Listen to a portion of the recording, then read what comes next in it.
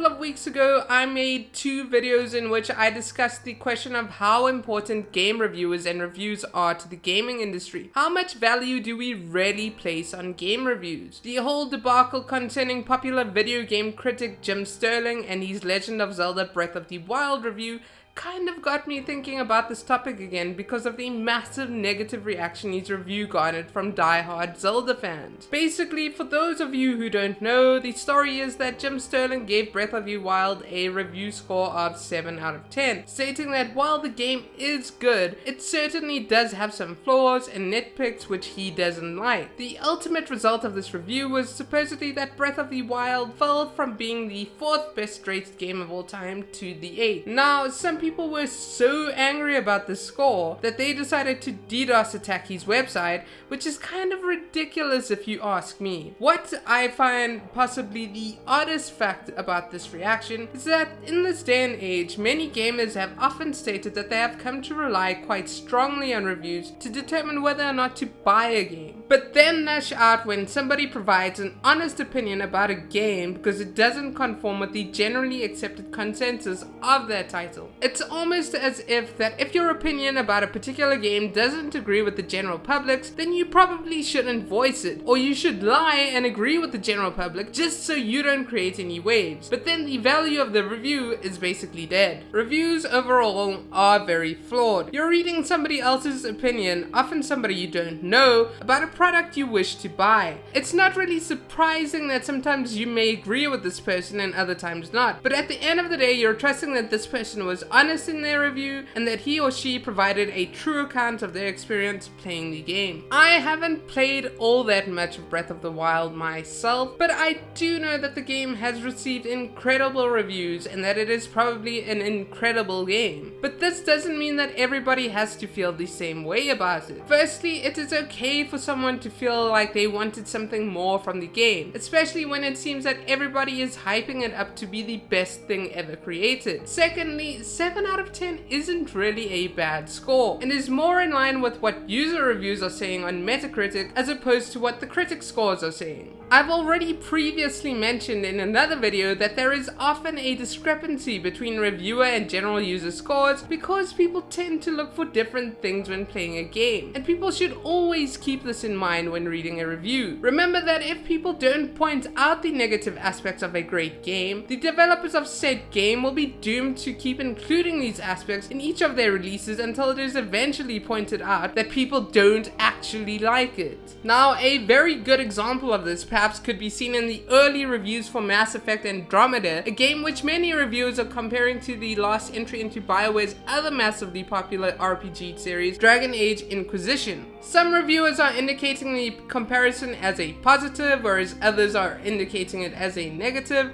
I personally feel that in the particular manner that many reviewers are comparing the two games, that the comparison is rather negative. Now, don't get me wrong, I really like Dragon Age Inquisition, but quite simply it felt like there were too many needless fetch quests in that game. I remember that at one stage I had put a good 20 hours in the game and was still stuck in the hinterlands, which became a rather dreary experience. Certainly not something I would have expected from a Game of the Year winner. It now seems from what many reviewers are saying that BioWare has included many of these aspects in Mass Effect Andromeda. Perhaps if more reviewers had called the publisher out on this with Dragon Age Inquisition review scores, these types of quests would not have been included in newer titles. Obviously, it is important to remember that I haven't played Mass Effect Andromeda, so I can't really say whether or not the presence of unfavorable Dragon Age Inquisition aspects is true or not, but it is definitely something that some reviews are pointing out and that I'm grateful for because it will certainly make me think twice about buying the game, especially at launch. I'd rather take this than blind praise for a new entry into an established, highly acclaimed series